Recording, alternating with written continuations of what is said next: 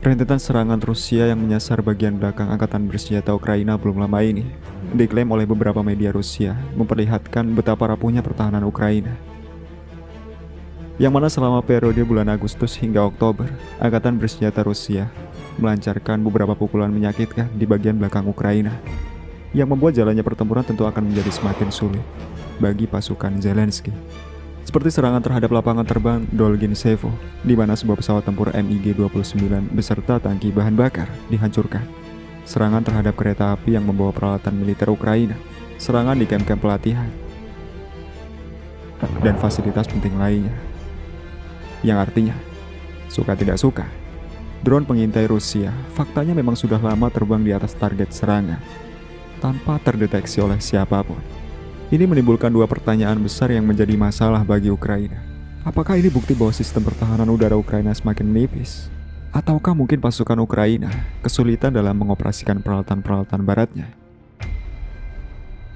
Masalah yang tentu tidak dapat dipandang sebelah mata, karena keberhasilan melindungi peralatan dan logistik tentu adalah kunci utama keberhasilan di garis depan. Jika tidak ingin para prajuritnya di depan mulai melempar batu dan kayu, maka pimpinan militer Ukraina jelas perlu mempertimbangkan hal ini.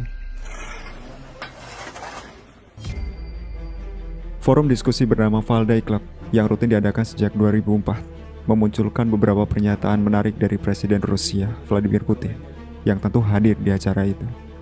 Putin tidak hanya merumuskan pemahamannya tentang keadaan dunia saat ini, namun juga tentang apa yang perlu dicapai umat manusia di masa depan. Putin mengatakan perang yang terjadi antara Rusia dan Ukraina bukanlah soal konflik teritorial, melainkan soal prinsipnya yang ia sebut sebagai tatanan dunia baru. Putin mengatakan tatanan dunia baru adalah perdamaian abadi yang hanya akan tercapai ketika tidak ada seorang pun mampu memaksa orang lain untuk hidup sesuai keinginan mereka. Amerika Serikat dan negara-negara satelitnya tidak diragukan lagi telah menguasai berbagai bidang penting seperti militer, politik, ekonomi, budaya, moral, dan nilai-nilai penting lainnya. Sejak awal sudah jelas bagi kita bahwa upaya untuk membangun monopoli pasti akan gagal. Dunia ini terlalu kompleks dan beragam untuk tunduk pada satu skema. Ya, di Rusia, Tiongkok, India, dan dunia Islam, kami semua telah menyadarinya. Tidak sedikit yang memperingatkan Barat tentang ini, namun mereka tampaknya tidak mendengar usulan itu dan mengabaikannya. Mereka terlalu arogan dan percaya diri. Sejarah Barat pada dasarnya adalah sebuah perjalanan ekspansi tanpa akhir. Pengaruh Barat di dunia adalah sebuah piramida militer keuangan yang sangat besar. Mereka terus-menerus membutuhkan bahan bakar baru untuk diri mereka sendiri dari sumber daya alam, teknologi, dan sumber daya manusia milik orang lain. Barat harus segera menyadarinya sebelum mereka jatuh ke dalam jurang. Sementara itu di belakang, tugas yang tidak kalah penting terus dilakukan oleh satuan distrik militer Barat yang hampir tidak terekspos oleh kamera, namun secara nyata terus bekerja memberi dukungan penting selama operasi militer khusus Rusia. Tugas mereka tidak hanya melakukan pemeliharaan persenjataan, namun juga memastikan logistik bagi pasukan di garis depan. Ya, perang faktanya tidak hanya membutuhkan pria-pria setengah gila yang memegang senjata, namun juga beberapa orang dengan keahlian lainnya.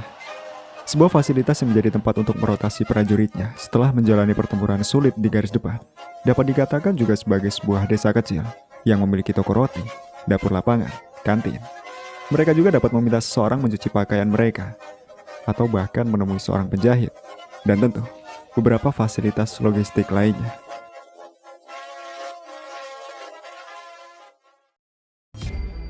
Di arah Kupiansk, angkatan bersenjata Ukraina dikatakan kehilangan 2 tank, 4 kendaraan tempur infanteri, dan personilnya dalam pertempuran baru-baru ini. Akibat kekalahan tersebut, angkatan bersenjata Rusia dikatakan maju sekitar 6 km ke Kupiansk. Sumber mengatakan, sepertinya baru kemarin, pasukan kami bekerja dari posisi yang tertutup melawan peralatan musuh. Sekarang kami berhasil menerobos bagian depan dan terus membuka jalan menuju Kupiansk.